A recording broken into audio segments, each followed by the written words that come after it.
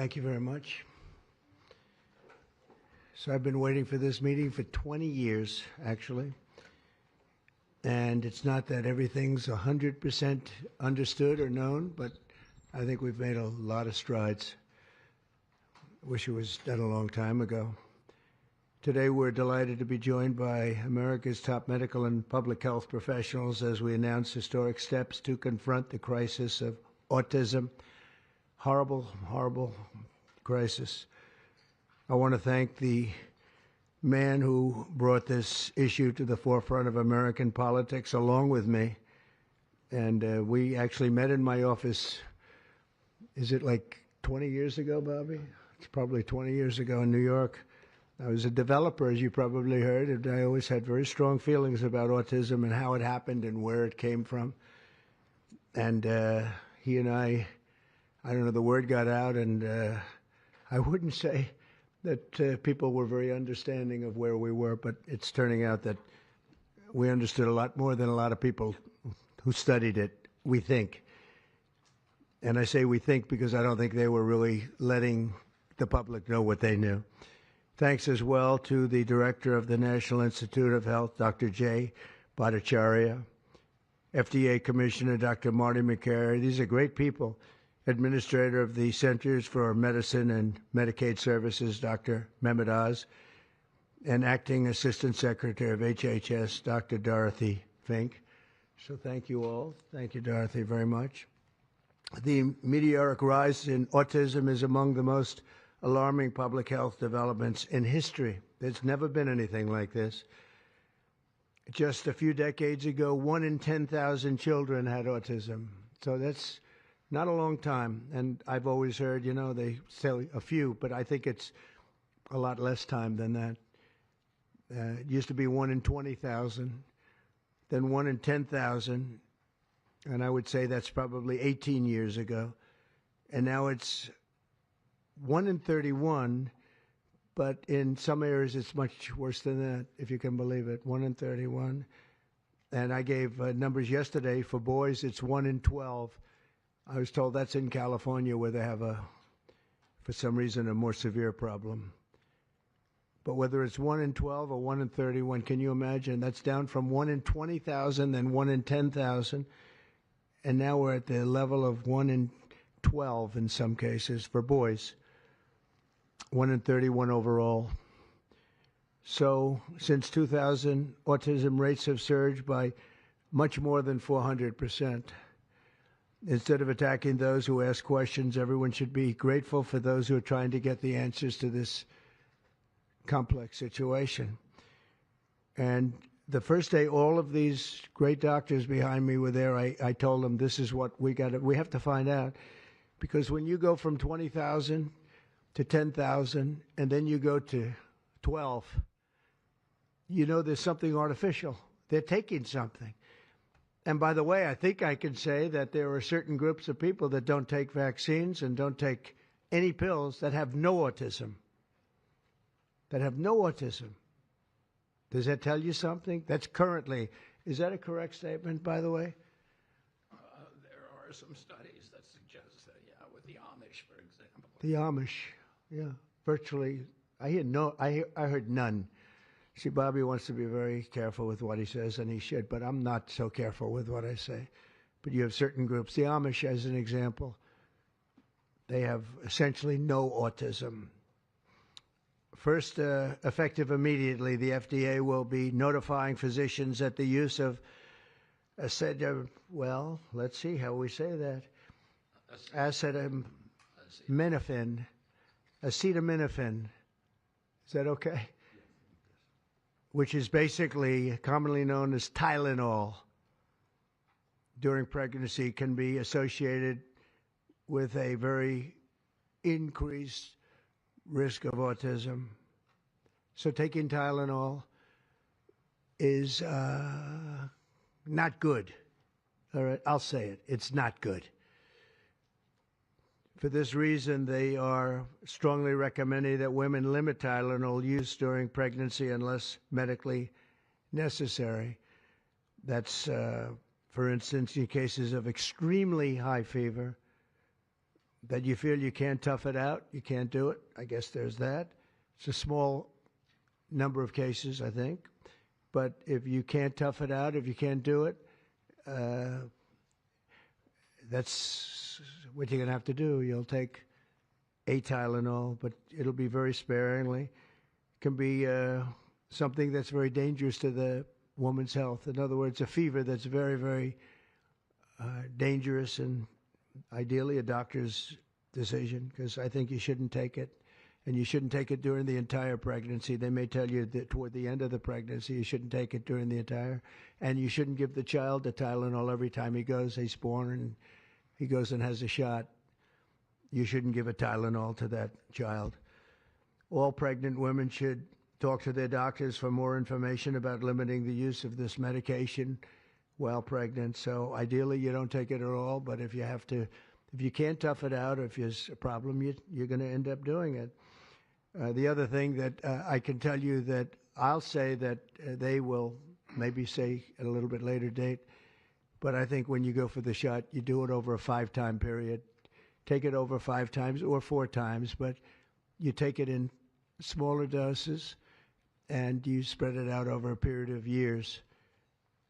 And they pump so much stuff into those beautiful little babies. It's a disgrace. I don't see it. I think it's very bad. They're pumping, it looks like they're pumping into a horse. You have a little child, little fragile child, and you get a vat of 80 different vaccines, I guess, 80 different blends, and they pump it in. So ideally, a woman won't take Tylenol. And on the vaccines, it would be good instead of one visit where they pump the baby, load it up with stuff, you'll do it over a period of 4 times or 5 times. I've been so into this issue for so many years just because I couldn't understand how a thing like this could happen. And it's artificially induced. It's not like something that when you go from all of those, healthy babies to a point where I don't even know structurally if a country can afford it. And that's the least of the problems. To have families destroyed over this is just so terrible. I also, and we've already done this, we want no mercury in the vaccine. We want no aluminum in the vaccine. The MMR, I think, should be taken separately. This is based on what I feel, the mumps, measles, and all the 3 should be taken separately. And it seems to be that when you mix them, there could be a problem. So there's no downside in taking them separately. In fact, they think it's better, so let it be separate. The chicken pox is already separate, because when that got mixed in, I guess they made it 4 for a while, it really was bad. So they make chicken pox. Individually, they're okay. When you mix them, something maybe happens. So there's no downside in doing it. It's not like, if you do it, bad things. No, it's only good side. And it may not have that much of an impact, but it may have a big impact. So let those be taken separately. And then hepatitis B is sexually transmitted. There's no reason to give a baby that's almost just born hepatitis B. So I would say wait till the baby is 12 years old and formed and take hepatitis B. And I think if you do those things, it's going to be a whole different, it's going to be a revolution in a positive sense in the country.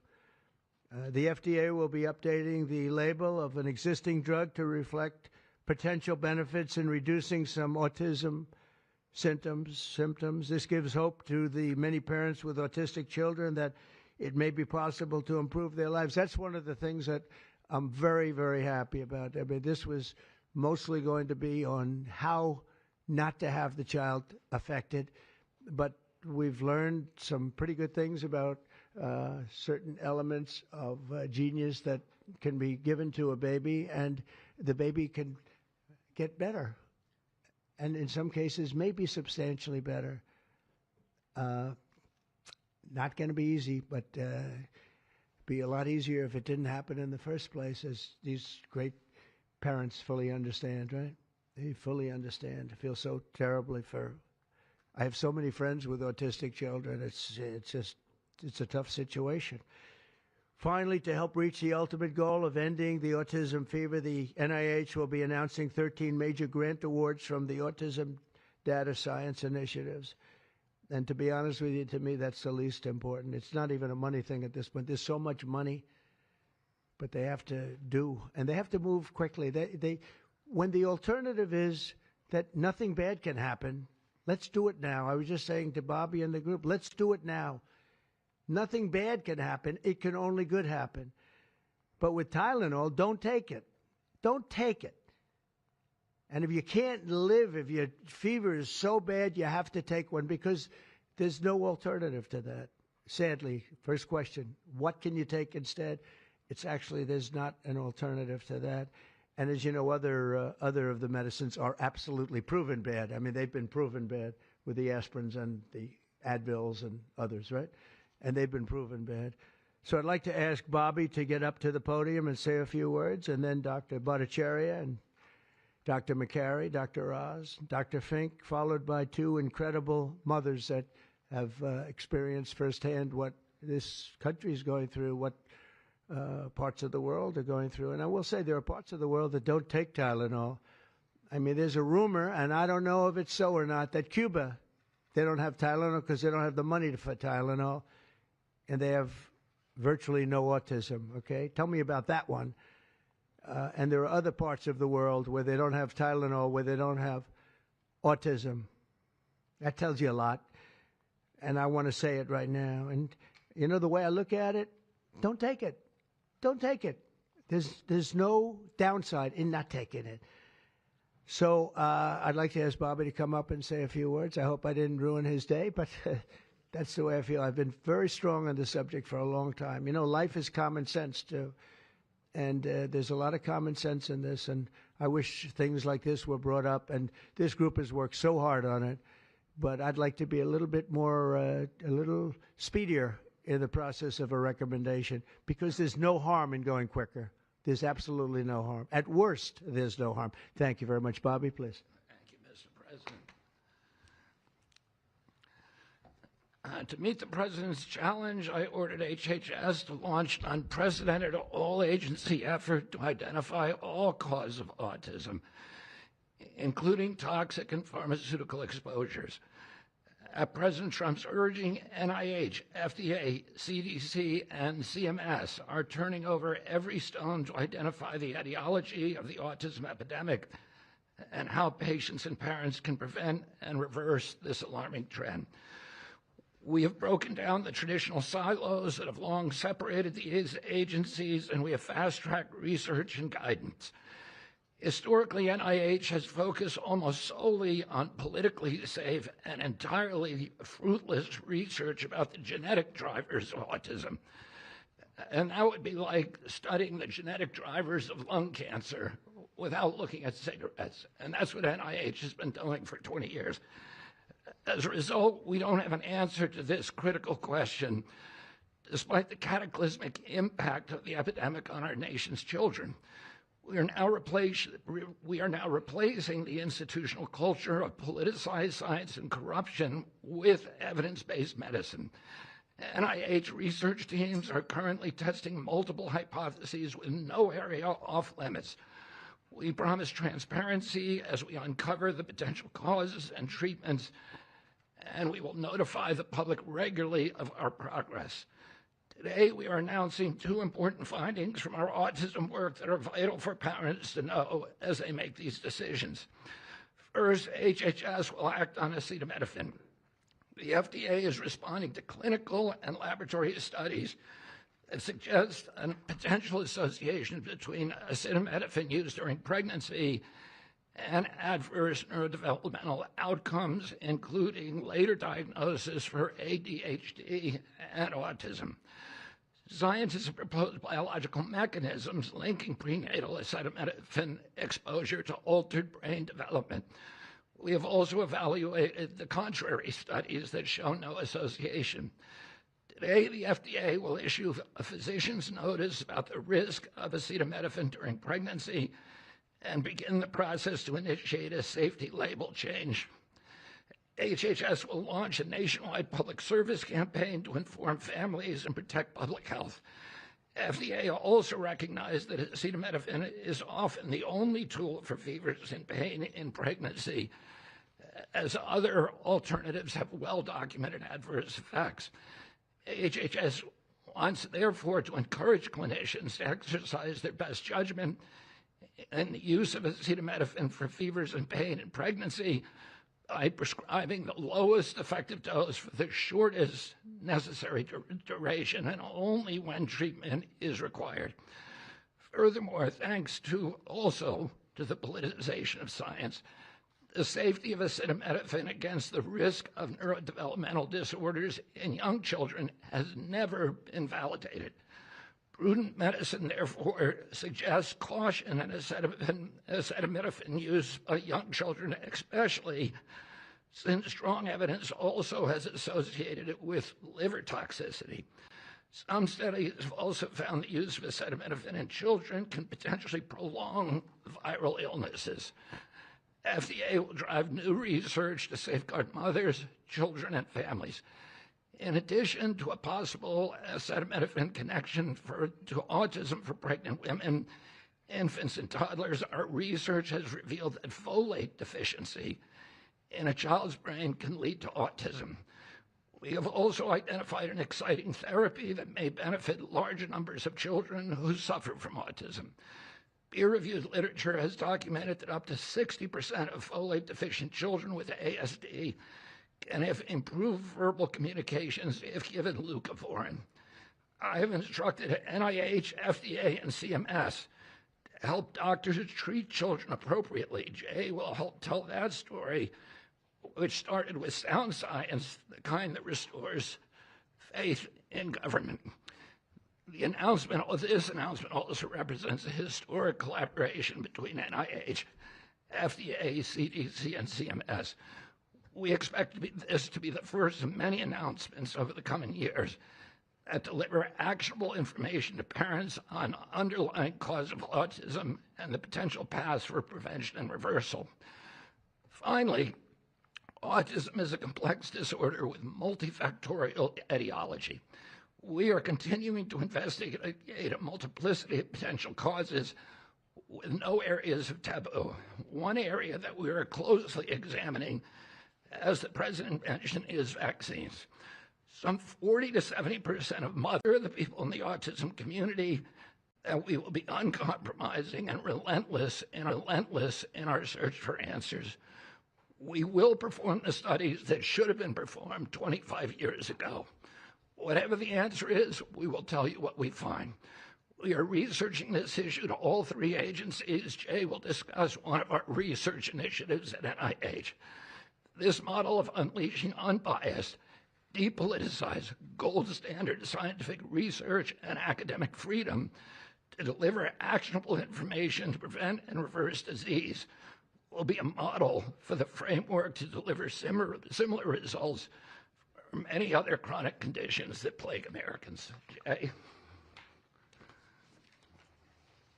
Thank you, Secretary Kennedy, and thank you, President Trump. Thank you very much. I'm proud to announce today that the NIH has launched the Autism Data Science Initiative to turbocharge autism research. Biology and genetics to answer vital questions about autism.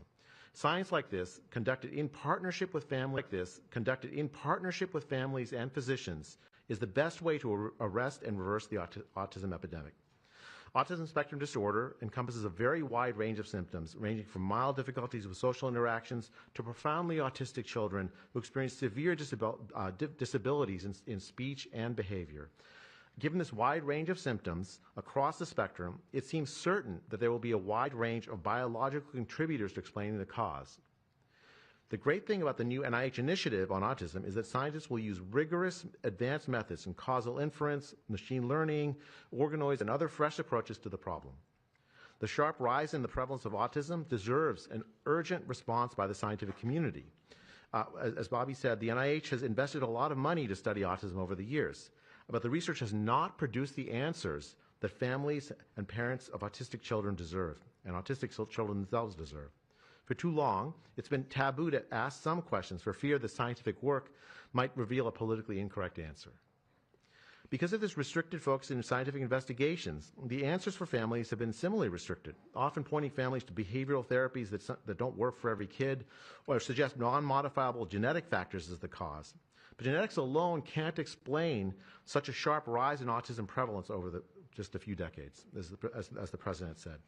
In coming months and years, as NIH scientists learn more that can help autistic children and their families, we won't delay. Like scientists often like to do. I can say as a scientist myself, it's really tempting to delay, but but in face of a problem like this, you have to move fast. But we will not delay before telling American people about what we find, and we will win the public trust with transparency and rigor. Already, our broadened focus on autism research has pointed to 2 items that will help families prevent and treat some cases of autism. I'll leave the good news on these 2 items to my close friends and colleagues, Dr. McCary and Dr. Oz. We've been working together closely on this problem for the past 6 months, and our cooperation represents an unprecedented collaboration with Secretary Kennedy's Department of Health and Human Services and with President Trump. I'm delighted to introduce Dr. Marty McCary, Commissioner of the Food and Drug Administration, who will tell you about these announcements of practical help for families with autism. Great, thank you, Dr. Bhattacharya. Mr. President, this is the start of a historic shift in medical culture. This administration is working together to ask big questions about why our nation's children are getting sick so fast. Too often, medicine is doing small little studies, giving us answers we already knew. But we've got to make a difference. You've given us a charge to identify root causes, and we are not going to stop so that we can end the suffering we are watching. And if you've seen a kid with autism, with severe autism, it's hard to watch. Kids get frustrated, they get angry, they can be crying because they want to speak and they can't speak. It's hard to watch, and it may be entirely preventable. For an epidemiologist, that child is an expanding statistic. But for a child, it can be brutal to have autism. Today, the FDA is taking action to update the label on acetaminophen and sending a letter to all U.S. doctors letting them know about the risks in pregnancy. We now have data we cannot ignore. There's a very large study, the Boston Birth Cohort, with researchers that have, from Johns Hopkins, my former institution, and Boston University, found, quote unquote, consistent associations between acetaminophen in pregnancy and autism. And the Nurses' Health Study, with researchers from Yale, Columbia, and Harvard looking at 9,000 kids, found that acetaminophen use in pregnancy was associated with neurodevelopmental disorders. And 4 weeks ago, a Mount Sinai Harvard study reviewed all the existing literature and found the overwhelming body of evidence points to an association. Sure, you'll be able to find a study to the contrary. That's how science works. But to quote the dean of the Harvard School of Public Health, there is a causal relationship between prenatal acetaminophen use and neurodevelopmental disorders of ADHD and autism spectrum disorder. We cannot wait any longer. And honestly, there's been this perfunctory, reactionary, mindless practice in medicine. I learned it in medical school and residency. Just treat all fevers, low-grade fevers, treat them with acetaminophen. Why? What are we doing?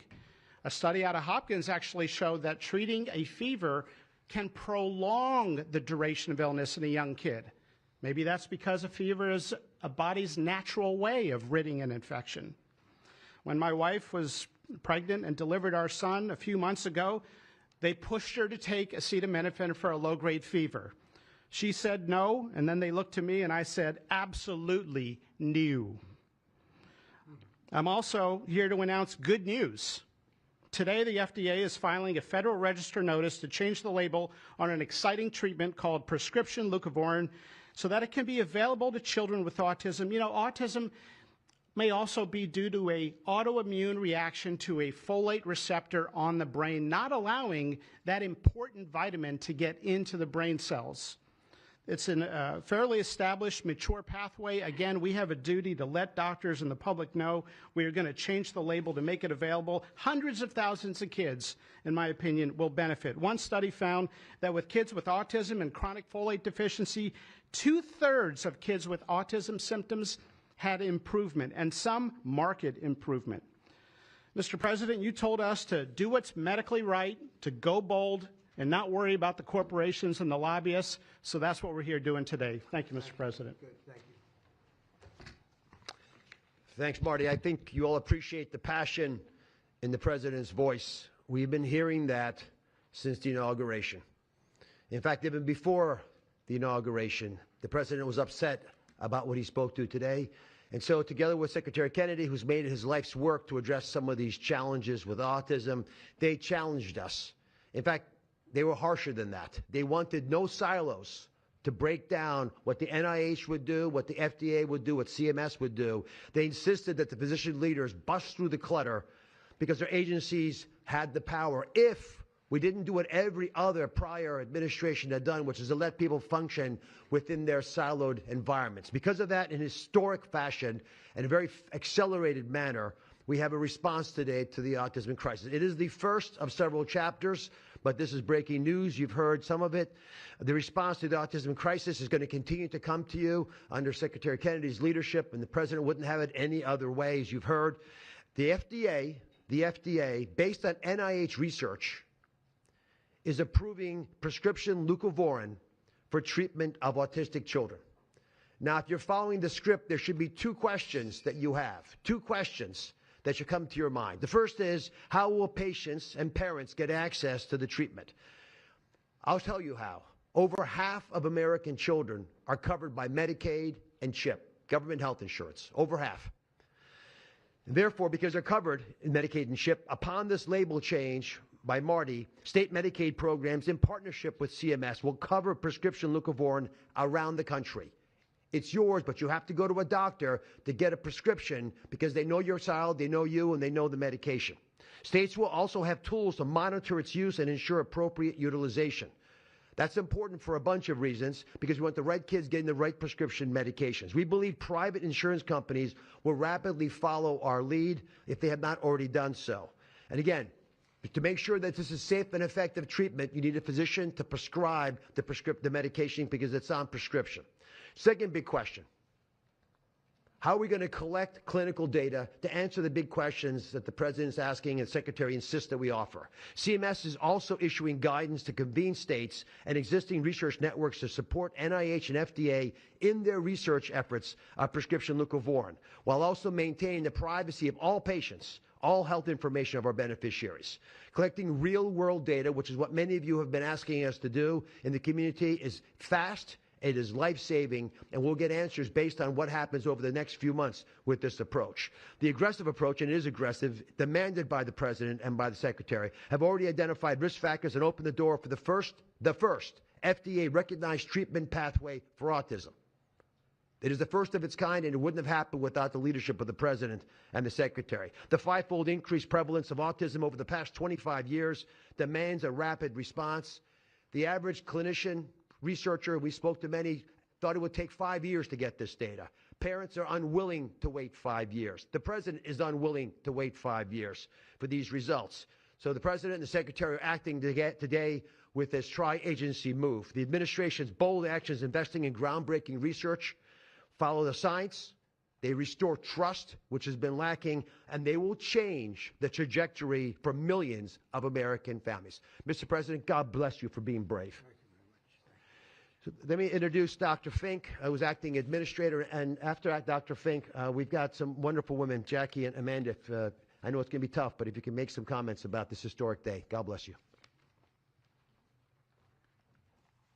Thank you, Mr. President, for this opportunity to speak with all of you today. As a pediatrician and mom, I am here today to talk about what this announcement means for the millions of moms and dads who are faced with the choice of whether to take acetaminophen during pregnancy. It's hard to hear information that challenges the status quo. We are sharing this information not to confuse, but to empower parents to make the best choices when taking medications during pregnancy. We are all concerned about the rising rates of neurodevelopmental disorders, including autism. President Trump and Secretary Kennedy are dedicated to radical transparency so that patients have the best, most up-to-date information.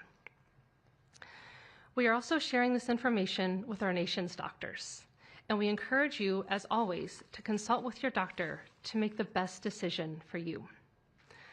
All too often, it's easy to think that medicines we buy without a prescription pose little to no risk for the mom or the baby.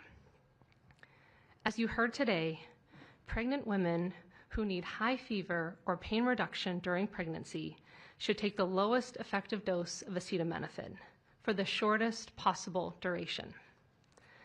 Most women will not meet these indications during their pregnancies. I am encouraged by these developments today because it is another example of our commitment to the American people to leave no stone unturned in improving the health of our nation's children. Next, I'm going to turn it over to some incredible mothers who are going to share more about their stories, and we're so grateful to have you here today.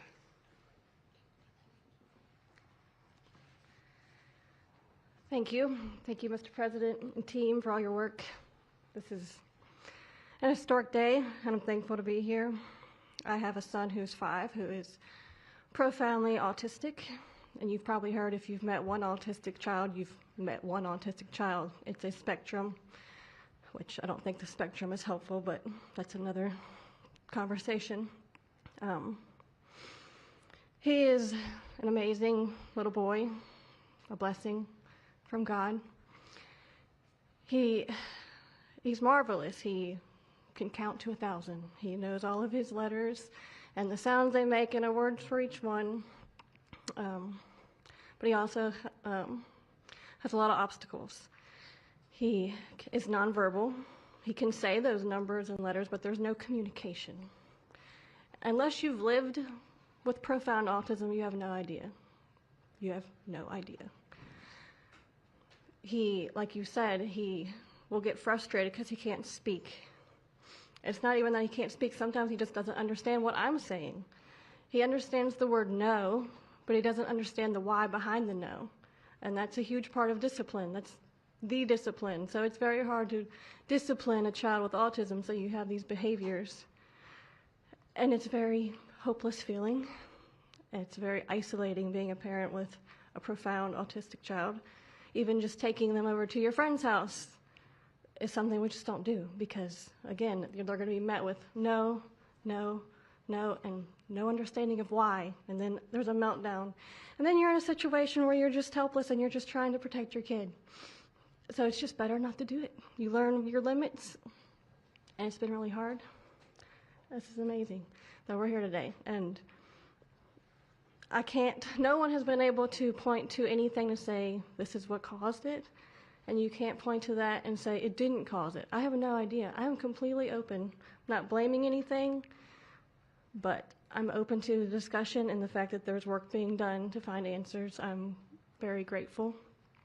I was already excited to vote for Mr. Trump anyway, Mr. President.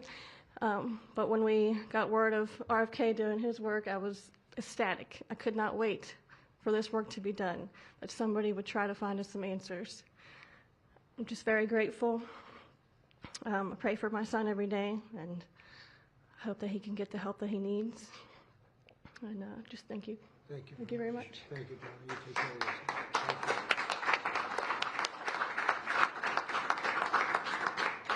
Hi, my name's Jackie. I'm also extremely grateful for the opportunity to be here and share my son's story. My son is Eddie. He's 11. He's on the opposite end of the spectrum from what Amanda just explained. He's considered high functioning. He was not always high functioning. He was nonverbal till the age 4. We've had quite a hard time to get to the place where we are today. I am just so grateful to President Trump and the entire administration for finally listening to moms who have been crying out for help, for answers for years. I've met so many other moms with children on the spectrum in the 9 years since my son's diagnosis, and they all have very similar stories, and they've all just wanted somebody to listen, to not ridicule them or look at them like they were the crazy people. It's hard when you don't have doctors that take the time to really listen and find out when the change happened and what change happened. And it's just, I've been praying for this day for 9 years, and I'm so thankful to God for bringing the administration into our lives. And I'm speechless. This day is a day I never thought would happen. I thought that we would never have an administration that was courageous enough to look into things that no prior administration had. So I'm just here to express my gratitude, and I am looking forward to what comes from this, and hopefully we just get more answers. So thank you. Thank you very much. So I just want to say acetaminophen is basically Tylenol, essentially, because I noticed that term is used throughout this conference. So it's essentially Tylenol. And I just recommend strongly that you don't use Tylenol unless it's absolutely necessary. I understand it's maybe 10% of the women that are pregnant are, would perhaps be forced to use it. And that would mean you just can't tough it out. No matter what you do, you can't tough it out. So that's up to you and your doctor. But there's a very strong recommendation, maybe stronger from me than from the group, because they're waiting for certain studies. I just want to say, I want to say it like it is. Don't take Tylenol. Don't take it. If you just can't, it's fight like hell not to take it. There may be a point where you have to, and that you have to work out with yourself. So don't take Tylenol. Other things that we recommend, or certainly I do anyway, is, and it's so important to me to see the doctor 4 times or 5 times for a vaccine. Don't let them pump your baby up with the largest pile of stuff you've ever seen in your life going into the delicate little body of a baby. Even if it's 2 years, 3 years, 4 years, you just break it up into, I would say 5, but let's say 4 visits to the doctor instead of 1. And certain things I think you should do. We've already taken out and are in the process of taking out mercury and aluminum now. You know what mercury is. You know what aluminum is. Who the hell wants that pumped into a body? And there were rumors about both of them for a long time. But we're having them taken out. We're having them taken out of the vaccines. Hepatitis B, again, that's sexually transmitted.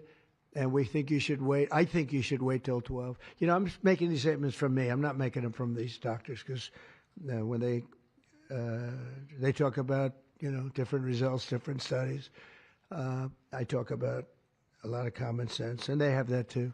They have that too, a lot. But I recommend the hepatitis B. Take it at 12. Sexually transmitted. You don't have to give it to the baby when the baby's 2 years old. And there are a lot of theories on that, but not when they're 12. Doesn't seem to be a problem at all. The MMR and the chickenpox. Chickenpox has already been broken out. It's a singular shot. But the MMR is not. And I've heard for years that there's a problem with it. But they say that there's no problem if you do each shot separately, not put together. So an MMR, go out and do it separately. Don't take Tylenol. Don't give Tylenol to the baby after the baby's born. Every time the baby gets a shot, the baby gets a shot. They say, here, take a cup of Tylenol. I've heard that for years. Take Tylenol. Don't take Tylenol. Don't have your baby take Tylenol. Now, Tylenol is fine for people that aren't pregnant, that aren't in the situation that we're talking about. One very specific situation. If you're pregnant, don't take Tylenol. When you have your baby, don't give your baby Tylenol at all, unless it's absolutely necessary. Don't do it. Break up your visits to the doctors. Break them up. Do it in 5 if you can. Now, it's inconvenient. It's inconvenient. Oh, you got to have to go back another year later. You're going to go back each year for 4 years, 5 years, 3 years. Just break it up. Break it up, because it's too much liquid. Too many different things are going into that baby at too big a number. the size of this thing, when you look at it, it's like 80 different vaccines and beyond vaccines, and 80. And you give that to a little kid. I mean, I can tell you that I had a woman who worked for me, a beautiful, wonderful woman, worked in Trump Tower, and she had the most perfect child, beautiful, just perfect. And I remember this little blonde-haired boy running around the lobby of Trump Tower, so healthy and so vibrant. And I said, that's great. And one day I came in and she was crying, her eyes out, behind the counter. She worked at the front desk. She was crying her eyes out. I've never, as much as I've ever seen anyone distraught, she was. I said, are you okay? What happened? My boy, I've lost my boy. What does that mean, your boy? My boy, you know him, sir. You've seen him grow up. He was so beautiful. And I took him for a vaccine, sir. And he developed this unbelievable, I think she said 107, 108. You know, it goes well beyond when this happens. It goes up to 106, 107, 108. You know, we hear 105 and you're in trouble, but it just goes up to a level that you never hear about, but it goes up very high. And it's fried. They get fried. She said, I took him, he developed an unbelievable temperature. And I've lost him, sir. He's gone. And then I saw the boy. It was so tragic to see. That was the following day. After the vaccine. And I've seen it 2 other times, and I think 3 other times, but 2 other times, where they go to the doctor and they get the vaccine, they get the shot. The kid is, badly hurt. Let's be nice, badly hurt. And just do it. Break it up into 5, break it up into 4, break it up into 3 if you have to, but go to the doctor 4 times instead of once, or 5 times instead of once. And for some reason, they insist that you put it all into the body, and maybe that's the drug companies that make more money that way. Maybe it's the doctors because they don't want to be, doing this so much. Maybe it's the doctors. They get maybe more money. Who the hell knows what it is? Don't do it. Get them broken into 4 or 5 visits. Do it 4 or 5. That means you have 20%, 25% what you're putting into the baby's body. It can only help. And the other things I told you about, just the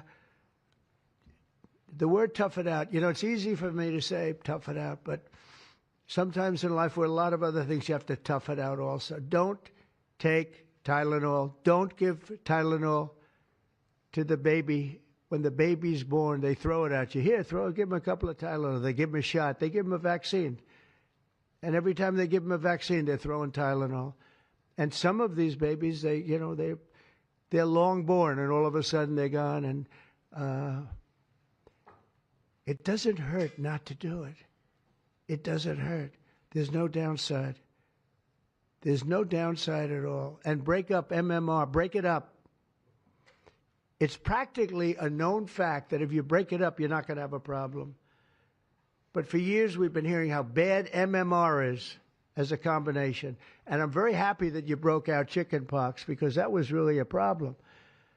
And there are other things. It's interesting because there are other things, we were talking about it, other different drugs, pills that you take that we know are so bad and they don't take them anymore. But for some reason, with this, they keep taking it. Don't take Tylenol. There's no downside. Don't take it. You'll be uncomfortable. It won't be as easy, maybe. But don't take it. If you're pregnant, don't take Tylenol. And don't give it to the baby after the baby is born. And we have more than 3 years left. And I told Bobby and the doctors behind me, and they are so committed to this, I told them that this is the number one thing I want to do from you. And, we have something else called Favored Nations, where I'm going to be reducing drug prices by 1,000%, by 900, 600, 500, 1,200. We're going to be reducing drug prices at levels never seen. It's called Favored Nations. We're going to be paying what right now, we're like the garbage can for the rest of the world, and we have been for forever. We pay much higher for drugs than the rest of the world. We subsidize the rest of the world. We're not doing that anymore. And that's a big thing. That's a big thing. That's bigger than anything. I told the story the other night that I was so proud in my first term that for the final year, drug prices went down 0.25%. And I was so proud. I said, why? I'm the first one to do it. I think it was 28 years, they said, where drug prices went down from the beginning of the term to the end. And I was so proud. I called a news conference. I said, you know, drug prices have gone down. First time it's happened in 28 years. You know what it was? 0.25%. I was so proud. Now we're going to have them go down from $100 a pill to $9 a pill. From $1,300 for a shot of like an Ozempic or the fat, I call it the fat pill or the fat drug. Sometimes it works, I guess, for people. The ones I've seen, it hasn't worked so well. I got a lot of friends, they're fat. They said, yeah, I lost some weight. I said, you don't look it to me. But they paid $1,300, $1,200, and they go to London and they pay $88. And they call me, they go, what's this all about? We're subsidizing the rest of the world stupidly because there are a lot of stupid people in this country running things. And how big is that? But to me, that's nothing compared to autism. I see that gorgeous boy. I have a big present for him in the back. You know, you bring him back. We're going to bring him into the Oval Office. I have the best present he's ever going to get, okay? A big one. I saved it for you, okay? Because I heard you were coming. Look how beautiful he is. So that's it.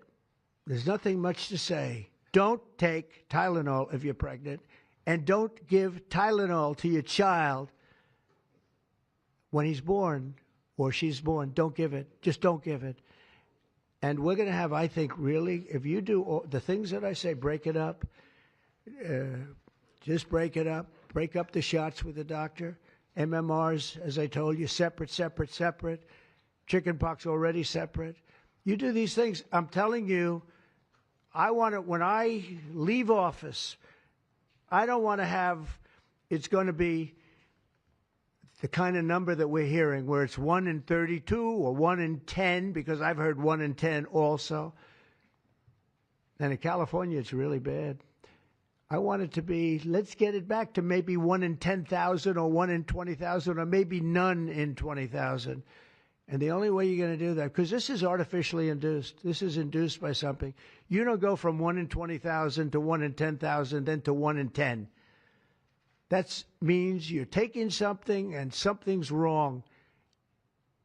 And I feel very certain, and I know I'll be criticized. Someday they'll look back and they'll say, well, it wasn't, but I think it will. I think we're going to have a tremendous, this is the most important thing. There's nothing more important than me. We cured inflation that Biden gave us. He gave us so much inflation, the biggest ever in history. We got inflation done. We brought prices down. We gave you the largest tax cuts, all that stuff. It doesn't mean a thing compared to what we're doing today. This means everything. So we're going to save a lot of children from a tough life, really tough life. We're going to save a lot of parents from a tough life. Okay, how about a few questions? Let's just make it on this subject. This is so beyond as a subject that I'd rather not talk about, some nonsense on the economy. And I will say this, the economy is unbelievable. The stock market just hit another record high and all that stuff. This means more to me. Yeah, please. Mr. President, I have one on your announcement, one on vaccines that's also related. Yes. Why do you think we haven't heard more previously about the tie to autism and acetaminophen? Nobody knows. I don't know. Not only that, when you say it, you get attacked. I was saying something similar, not as strongly, because now facts are on our side. But I was saying it with Bobby 20 years ago, and I was attacked. I said, whoa, what was that all about? I had no idea. You get attacked. I don't know. The medical community, the drug companies, doctors, I don't know what it is. All I want to do, I don't care. I don't care about being attacked. It doesn't matter to me.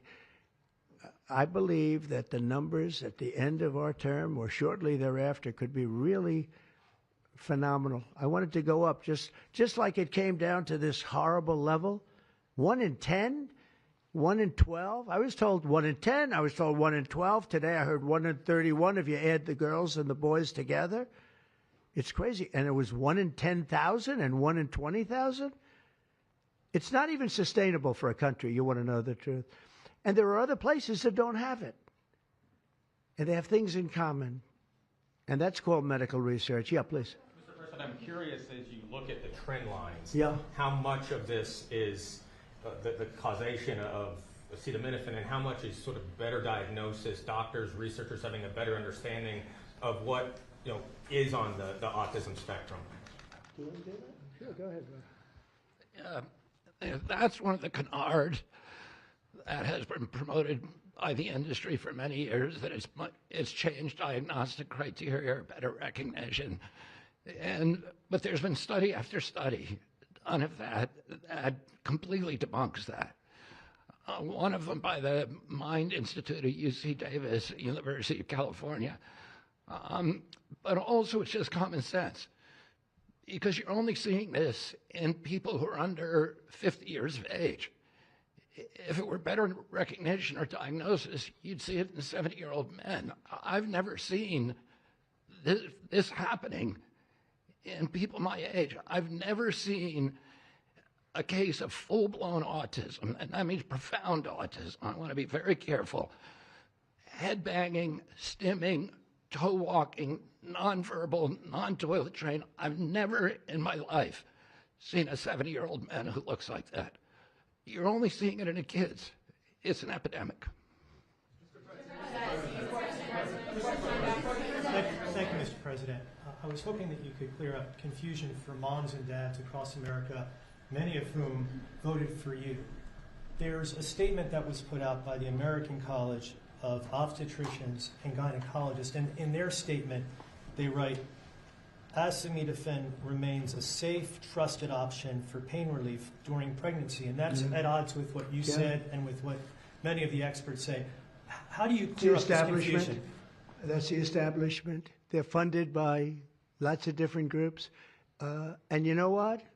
Maybe they're right. I don't think they are, because I don't think the facts bear it out at all. They're fighting for something that, in my opinion, they shouldn't be fighting for. But here's the thing. There's no downside to doing, other than a mother will have to, as I say, tough it out a little bit. There's no downside to doing this. It's not like, oh, if you do this, you're going to die. There's no downside.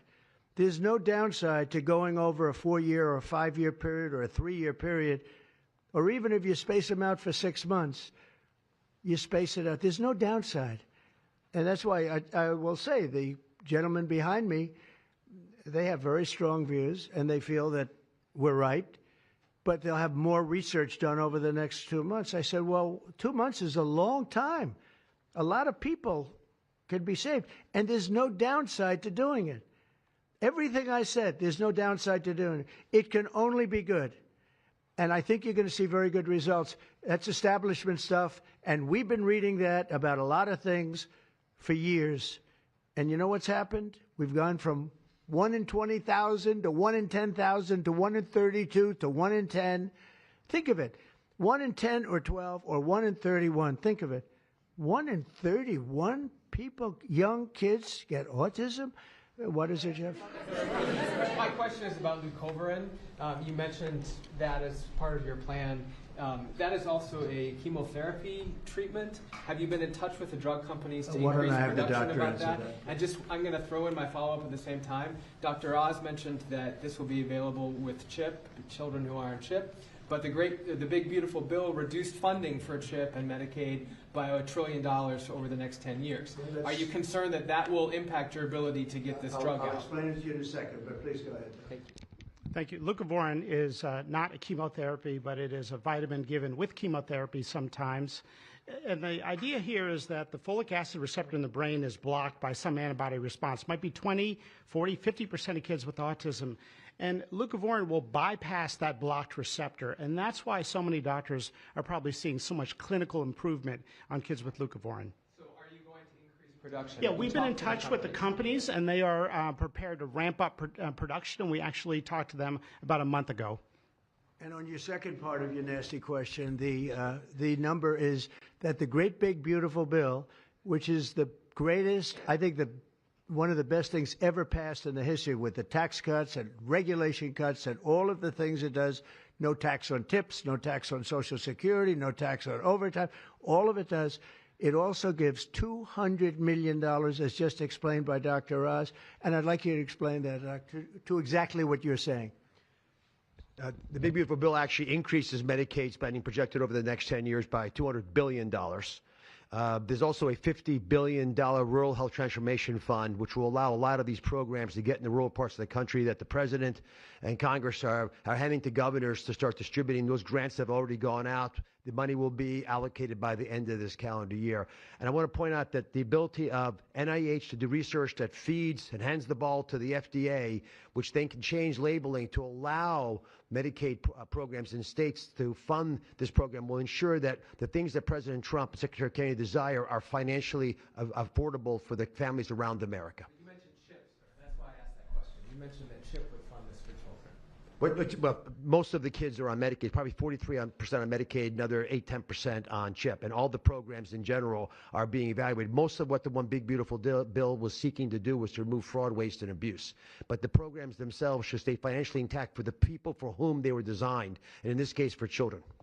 And the only thing we cut, so that's $200 billion positive. The only thing we cut was for fraud, waste, and abuse, of which there was a lot in this country, and nobody minds that. Yeah, please. Mr. President, you said that there is no reason to give newborn babies hepatitis B vaccines, but hepatitis B can be contracted not just through sexually transmitted diseases, it can come from needles to open wounds. So when you say you feel, is that appropriate to be telling? I think it's absolutely appropriate. I think they should wait till they're 12 years old. Yes, please. Mr. President, thank you all for being here. You've been talking about reducing autism by spacing out vaccines. Would you like other combined vaccines babies receive to be spaced out like MMRV? What is this again? You've been talking... Speak up, please. Sir. You've been talking about reducing autism by spacing out vaccines. Right. Correct. Would you like the other combined vaccines babies receive to be spaced out like MMRV? I would say yes, but that just is... For me, it's a lot of common sense involved in this. It's a process, but we're looking, but it should at least be given separately. Now, it's possible that you can reduce them and I'd give them in small doses, but it's possible maybe in that particular case, the MMR wouldn't work in small doses, but you can certainly give them as separate shots. It's been proven to be very safe when you give them in separate shots instead of mixing. So I don't think there's any reason to do that. Do you agree with it? I'm not a doctor, but I'm giving my opinion. I don't think there's any reason to do that. So it's been proven to be safe when you break them up. But MMR by itself, I've heard bad things about it for many years. Yes, please. Is the spectrum too broad, in your opinion? For research purposes, you are dealing with a population of children who might have social boundary difficulties, and then you have children who are, going to grow up to be adults in diapers. I mean, what do you think?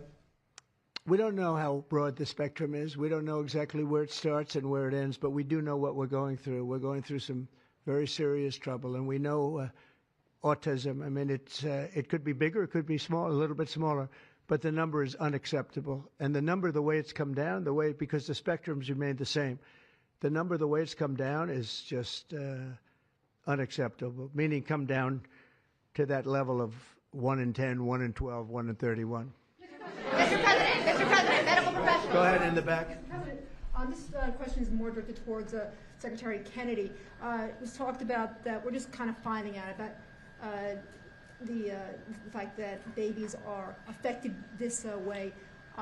Is there a concern that information is being suppressed right now within HHS, and could an investigation perhaps be launched seeing any more Well, I think information has been really not given out very freely over the years, absolutely.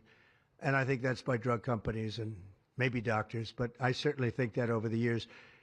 I think this is a different group. We have a lot of information. And that information, I mean, it's the information that we have that we're making these statements.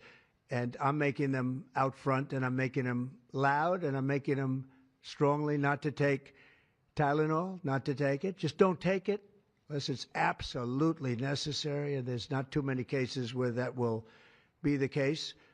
And again, what's the worst? The worst is nothing can happen. It's very positive. That's a positive thing. but I don't believe I don't actually believe that's possible. I think the results are going to be amazing. I want to see amazing results by the time I leave this beautiful building. And I will consider this, I believe, with the wars, I've stopped 7 different wars. I've saved millions of lives. I've done a lot of things. This will be as important as any single thing I've done, because I know ladies, beautiful ladies just like this that are going through the same thing. And it's not easy, and I admire you for being able to do it. But I admire him, too. I wish I had a face that looked like that. If I looked like him, I would have been president a long time ago. Parental is widely used in other countries, too. As you make this announcement, do you expect your decision may affect I other hope they countries? follow it, yeah. I hope they follow it. Yeah, other countries are, sell Tylenol. Some countries don't. I mean, I hear Cuba. Now, again, you'll have to check this out. But I hear Cuba doesn't have it because it's very expensive. And they don't have the money to have it, or they don't want to spend the money to have it. They don't have Tylenol. And I hear they have essentially no autism. So you'll have to check it out. Yeah, right. Medical professionals have warned No, for decades. I said, no, not you. You're CNN. You're fake news. Go ahead, Brian. Thank you, Mr. President. I want to go back to the Amish community, if I can, just for a second. I recently saw a man from Minnesota, an Amish man from Minnesota, on a podcast, and the host asked him what the rates were for like ADHD and autism, and he had no idea about ADHD, didn't know that it existed, and certainly didn't know of any cases. What are they doing? It doesn't exist with the Amish community, and they don't take all of this junk. It doesn't exist. That tells you, doesn't that tell you? That's like, that's like certain countries where it doesn't exist and they don't take it. Would you like to make a comment about that, Mark? The Amish population, a very mixed group. So there's a subset that take vaccines, a subset that does not. And we know they have very low rates of chronic disease all across the board. Please. Thank you, Mr. President. Should the establishment media show at least some openness to, trying to figure out what the causes of autism are? I wish they would, yeah. And why are they so closed-minded? Well, look, it's not only the media, in all fairness, it's some people. When you talk about vaccines, they go crazy. And, I'm a big supporter of vaccines. I got a certain vaccine approved in 9 months that would have taken from 5 to 12 years. I'm very proud of it. A lot of people think it was one of the greatest things I've done, and some people think, mostly Republicans, actually. I'll tell you, the Democrats think it was, they think Operation Warp Speed was one of the greatest things any president has done, any president. It's, we're very proud of what happened. We got hit with something that came from a place that shouldn't have happened, but it did happen. Those things take place, and you're very unpleasantly surprised. But, no, I'm a big believer in vaccines, the polio vaccine, big believer in vaccines. I know Bobby and you guys have it out a little bit, but he's a believer in vaccines, too. But I've seen how great vaccines can be, how incredible they can be. So I'm a believer. Yeah. Yeah, please. Your comments made about MMR and hepatitis B, I know you said those were your suggestions, but have you spoken with Secretary Kennedy about actually making those changes? I have, yeah, I have. I've spoken to all the doctors about it, and doctors that are not here right now. I've spoken to many doctors about everything we're talking about. And, the Tylenol has started to be spoken of over the last period of time, but we've been doing the research. A lot of what they've been speaking about comes from right here, by research done by these people. And I just say it again, don't take Tylenol. Don't take it. And don't give it to your child after your child is born. And do all those other things, little things, just spread out your visits, et cetera, on the vaccine. And I want to thank everybody. This is a very important day. Thank you very much.